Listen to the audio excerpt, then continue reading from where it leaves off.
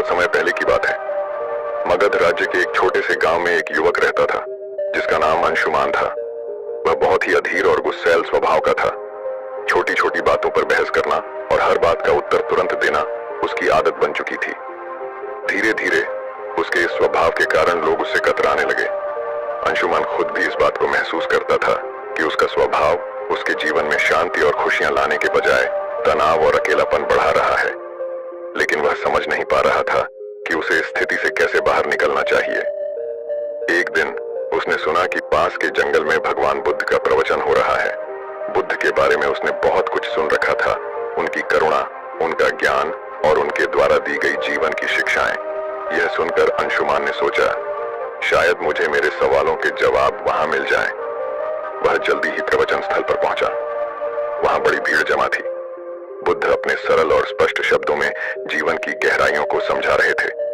उसी समय बुद्ध ने सभा को संबोधित करते हुए कहा, यदि तुम अपने जीवन में सच्चा बदलाव लाना चाहते हो तो 10 जगहों पर चुप रहना सीखो। यह सुनकर अंशुमान को कुछ आशा की किरण दिखी। प्रवचन समाप्त होने के बाद वह बुद्ध के पास गया और उनके चरणों में झुककर बोला, भगवान, आपने कहा कि बदलाव लाने के लिए 10 जगहों पर चुप रहना चाहिए। कृपया मुझे विस्तार से समझाइए कि ये 10 जगहें कौन सी हैं और मैं उन्हें अपने जीवन में कैसे अपना सकता हूँ। बुद्ध मुस्कुराए और बोले, यह जानने के लिए तुम्हें धैर्य, अनुशासन और आत्मनिरीक्षण की आवश्यकता होगी।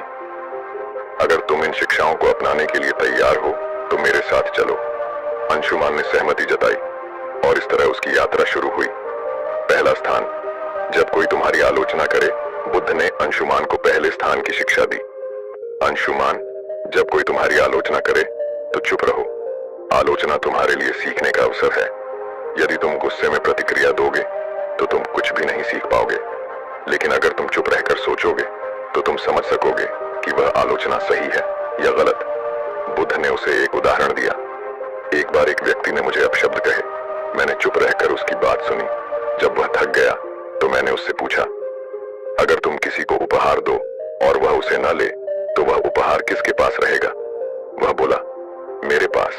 मैंने कहा, तुम्हारे ये शब्द भी तुम्हारे पास ही रहेंगे क्योंकि मैंने इन्हें स्वीकार नहीं किया।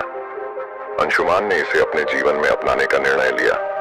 शुरुआत में यह कठिन था, लेकिन धीरे धीरे उसने महसूस किया कि आलोचना सुनने के बाद चुप रहने से वह आत्मनिरीक्षण कर पाता है।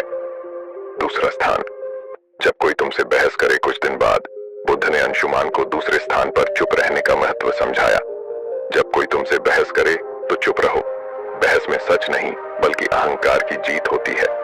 यदि तुम चुप रहोगे तो तुम स्थिति को बेहतर समझ सकोगे और सही निर्णय ले सकोगे। बुद्ध ने एक किसान की कहानी सुनाई। 2 किसान अपनी जमीन के छोटे से टुकड़े को लेकर झगड़ रहे थे। दोनों का मानना था कि वह जमीन उनकी है। जब मैंने उनसे पूछा कि क्या उन्होंने जमीन अपने साथ लाई थी जब वे जन्मे थे या क्या वे इसे अपने साथ ले जाएंगे जब वे मरेंगे, तो वे चुप हो गए। इस शिक्षा ने अंशुमान को सिखाया कि बहस में पड़ने से बेहतर है चुप रहकर समाधान की ओर बढ़ा जाए। तीसरा स्थान, जब कोई गुस्से में हो। बुद्ध ने अंशुमान से कहा, गुस्सा आग की तरह है। यदि तुम इसमें घी डालोगे तो यह और भड़क जाएगा। इसलिए जब कोई गुस्से में हो तो चुप रहो। उसकी गुस्से की ऊर्जा खत्म हो जाएगी। इसके लिए उन्होंने एक कहानी सुनाई। एक राजा ने अपने मंत्री को गुस्से में फांसी की सजा सुनाई। मंत्री ने कुछ नहीं कहा। अगले दिन राजा को पछतावा हुआ और उसने मंत्री को माफ कर दिया। अगर मंत्री उस समय राजा से बहस करता तो शायद उसकी जान चली जाती। अंशुमान ने इसे भी अपने जीवन में अपनाया। चौथा स्थान, जब तुम दुखी हो। एक दिन अंशुमान को किसी बात पर गहरा दुख हुआ। उसने बुद्ध से कहा, भगवान, मैं इस पीड़ा को सहन नहीं कर पा रहा। बुद्ध ने कहा, जब तुम दुखी हो तो चुप रहो। दुख तुम्हारे भीतर के बदलाव का द्वार हो सकता है। चुप्पी में तुम्हें अपने प्रश्नों के उत्तर मिल सकते हैं। बुद्ध ने उसे यह भी बताया कि दुख तुम्हें मजबूत बनाता है, बशर्ते तुम उसे समझने की कोशिश करो। पांचवा स्थान, जब कोई तुम्हें उकसाए। बुद्ध ने अंशुमान से कहा, जब कोई तुम्हें जानबूझकर उकसाए तो चुप रहना ही सबसे बड़ा उत्तर है। यह तुम्हारी शक्ति और धैर्य को दर्शाता है। उन्होंने एक साधु की कहानी सुनाई। एक बार एक साधु को गांव के लोग परेशान करते थे, लेकिन वह साधु हमेशा शांत रहता था। धीरे धीरे गांव वालों ने उसे तंग करना छोड़ दिया। उनकी चुप्पी ने उन्हें बदल दिया। छठा स्थान, जब तुम्हें दूसरों की मदद न करनी हो, बुद्ध ने समझाया, हर जगह मदद करने की जरूरत नहीं होती। जब कोई तुम्हारी राय न मांगे तो चुप रहना बेहतर है। यह शिक्षा अंशुमान के लिए बहुत उपयोगी साबित हुई। सातवां स्थान, जब तुम्हें अपने ज्ञान पर घमंड हो, बुद्ध ने कहा, ज्ञान विनम्रता का आभूषण है।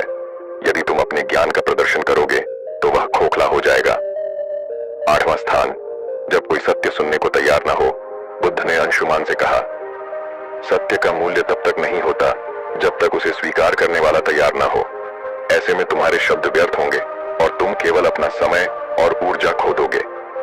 फिर उन्होंने विस्तार से बताया, जब तुम किसी को सत्य बताने की कोशिश करोगे लेकिन वह अपने भ्रम या अहंकार में डूबा होगा तो तुम्हारे शब्द उसे असहज कर देंगे। ऐसे समय में चुप रहना ही सबसे बड़ा उपाय है। सत्य का बीज तभी फलेगा जब जमीन तैयार हो। बुद्ध ने अंशुमान को एक कहानी सुनाई। एक राजा के दरबार में एक साधु आया और कहा, राजन, तुम्हारे निर्णय गलत हैं। राजा को यह सुनकर गुस्सा आ गया और उसने साधु को दरबार से बाहर फेंकने का आदेश दिया। साधु ने जाते जाते कहा, सत्य कहने का समय अभी नहीं आया। जब तुम्हारा मन इसे समझने के लिए तैयार होगा तब मैं लौटूंगा। वर्षों बाद राजा ने अपनी गलतियों से सीख ली और साधु को फिर से बुलाया। इस बार राजा ने न केवल साधु की बात सुनी बल्कि उसे अपने जीवन का मार्गदर्शक भी बनाया। बुद्ध ने अंशुमान को समझाया, सत्य का प्रभाव तभी होता है जब सुनने वाला उसे ग्रहण करने के लिए तैयार हो। नौवां स्थान, जब परिस्थितियां तुम्हारे नियंत्रण में न हो, बुद्ध ने कहा, जीवन में कई बार ऐसी स्थितियां आती हैं जिन्हें तुम बदल नहीं सकते। उन पर क्रोधित या व्याकुल होकर तुम केवल अपनी शांति को खोओगे। ऐसे समय में चुप रहना ही सबसे बुद्धिमानी है। उन्होंने समझाया, चुप रहना कोई कमजोरी नहीं बल्कि धैर्य और संतुलन का प्रतीक है। जब परिस्थिति तुम्हारे बस में नहीं हो तो उसे स्वीकार करो और शांत रहो। यही मानसिक शक्ति का आधार है। बुद्ध ने एक घटना का जिक्र किया। एक बार एक किसान ने बुद्ध से पूछा, मेरा खेत सूखा पड़ा है, बारिश नहीं हो रही, मैं क्या करूं? बुद्ध ने उत्तर दिया, तुम बारिश नहीं बदल सकते लेकिन तुम अपनी मेहनत को दिशा दे सकते हो। चुप रहो और अपने खेत के लिए वैकल्पिक उपाय खोजो। शांति से सोचो और समाधान खुद आ जाएगा। किसान ने यही किया और जल्द ही उसकी समस्या हल हो गई। बुद्ध ने कहा, जब परिस्थितियां तुम्हारे नियंत्रण में न हो तो चुप रहकर धैर्य और समाधान की दिशा में काम करना ही तुम्हारी सबसे बड़ी ताकत है। 10वां स्थान, जब तुम्हारा दिल भर जाए, बुद्ध ने अंशुमान से कहा, जब तुम्हारा हृदय कृतज्ञता, प्रेम और शांति से भर जाए तो इसे शब्दों की आवश्यकता नहीं होती। ऐसी स्थिति में चुप्पी स्वयं एक भाषा बन जाती है। यह तुम्हारे भीतर की सबसे बड़ी खुशी है। उन्होंने इसे और स्पष्ट करते हुए कहा, कृतज्ञता का सबसे शुद्ध रूप मौन में प्रकट होता है। जब तुम अपने जीवन में आनंदित महसूस करो तो इसे बाहरी अभिव्यक्ति की आवश्यकता नहीं होती। यह चुप्पी तुम्हारी आत्मा की खुशी का प्रतीक होती है।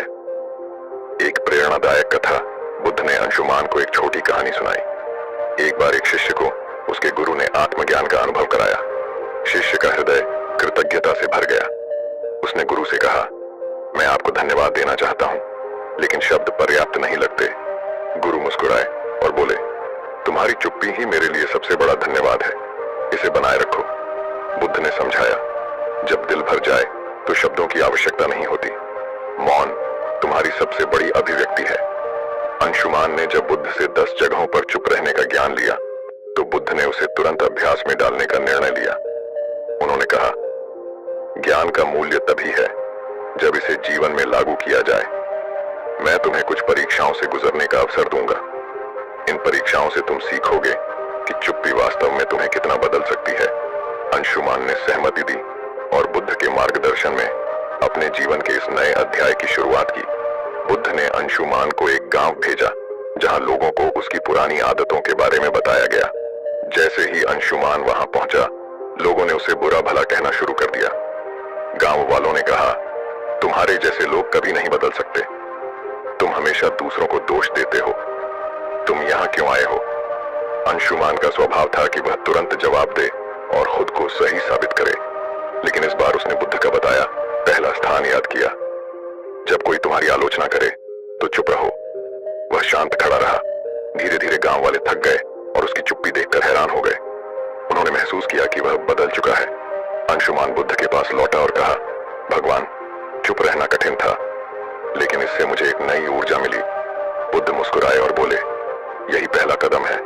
अब अगली परीक्षा के लिए तैयार हो जाओ। दूसरी परीक्षा। जब कोई बहस करे, बुद्ध ने अंशुमान को एक व्यापारी के पास भेजा जो हमेशा अपने ग्राहकों से बहस करता रहता था। बुद्ध ने कहा, इस व्यापारी से कोई सवाल पूछो और जब वह बहस करे तो चुप रहो। अंशुमान व्यापारी के पास गया और पूछा, आपके सामान की कीमत इतनी अधिक क्यों है? व्यापारी तुरंत गुस्से में आ गया और बहस करने लगा, तुम्हें क्या पता कि मैं कितना मेहनत करता हूं? क्या तुम मेरे काम की कद्र नहीं करते? अंशुमान ने बुद्ध के दूसरे स्थान को याद किया, जब कोई बहस करे तो चुप रहो। वह शांत खड़ा रहा। उसकी चुप्पी ने व्यापारी को सोचने पर मजबूर कर दिया। उसने महसूस किया कि बहस का कोई अर्थ नहीं है। तीसरी परीक्षा। गुस्से का सामना करना। अब बुद्ध ने अंशुमान को एक ऐसे व्यक्ति के पास भेजा जो अपने गुस्से के लिए कुख्यात था। अंशुमान को उसके पास जाकर मदद मांगने को कहा। उस व्यक्ति ने गुस्से में कहा, तुम्हें मुझसे मदद चाहिए? तुम्हारी हिम्मत कैसे हुई? अंशुमान ने पहले की तरह जवाब देने की बजाय चुप रहने का निर्णय लिया। धीरे धीरे उस व्यक्ति का गुस्सा शांत हो गया। उसने कहा, तुमने मुझे जवाब क्यों नहीं दिया? क्या तुम डरे हुए हो? अंशुमान ने कहा, मैं आपके गुस्से को नहीं बढ़ाना चाहता था। उस व्यक्ति ने महसूस किया कि चुप्पी में शक्ति है। चौथी परीक्षा। दुख का सामना करना। अगली परीक्षा में बुद्ध ने अंशुमान को एक विधवा स्त्री के पास भेजा जिसका इकलौता बेटा हाल ही में मृत्यु को प्राप्त हुआ था। वह स्त्री अपनी पीड़ा में किसी से बात नहीं करती थी। बुद्ध ने कहा, उसके पास जाओ और बिना कुछ कहे उसकी मदद करो। अंशुमान उसके पास गया और बस उसके पास बैठा रहा। उसने कुछ नहीं कहा, लेकिन उसकी मौन उपस्थिति ने स्त्री को सांत्वना दी। उसने पहली बार किसी से अपनी कहानी साझा की और अपने दुख से उबरने का प्रयास किया। बुद्ध ने कहा, दुख में चुप्पी कई बार शब्दों से अधिक प्रभावी होती है। पांचवी परीक्षा। उकसावे का सामना करना। बुद्ध ने अंशुमान को एक ऐसे समूह के पास भेजा जो उसे उकसाने के लिए तैयार था। उन्होंने अंशुमान को अपमानजनक बातें कहीं, लेकिन अंशुमान शांत रहा। उसकी चुप्पी ने उन्हें हार मानने पर मजबूर कर दिया। परीक्षाओं के बीच अंशुमान ने बुद्ध से पूछा, भगवान, चुप रहना कैसे इतना प्रभावी हो सकता है? बुद्ध ने कहा, एक बार एक राजा ने एक साधु से पूछा, जीवन में सबसे बड़ी ताकत क्या है? साधु ने राजा को एक कटोरा पानी और तेल दिया।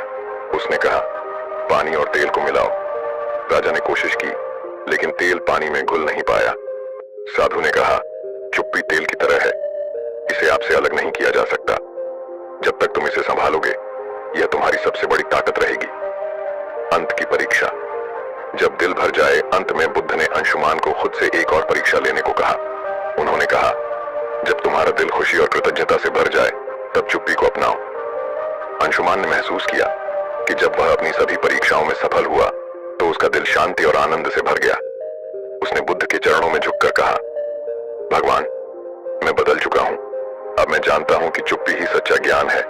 यह कहानी हमें सिखाती है कि चुप रहना केवल बोलने से बचना नहीं है, यह एक आंतरिक शांति और समझ का प्रतीक है। बुद्ध की यह शिक्षा हमें अपने जीवन के हर पहलू में संतुलन और शांति लाने का मार्ग दिखाती है।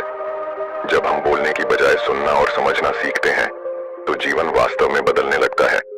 यह कहानी हमें सिखाती है कि चुप्पी सिर्फ शब्दों का अभाव नहीं, बल्कि आत्मा की भाषा है। चुप रहना सीखो, यही सच्चा बदलाव है।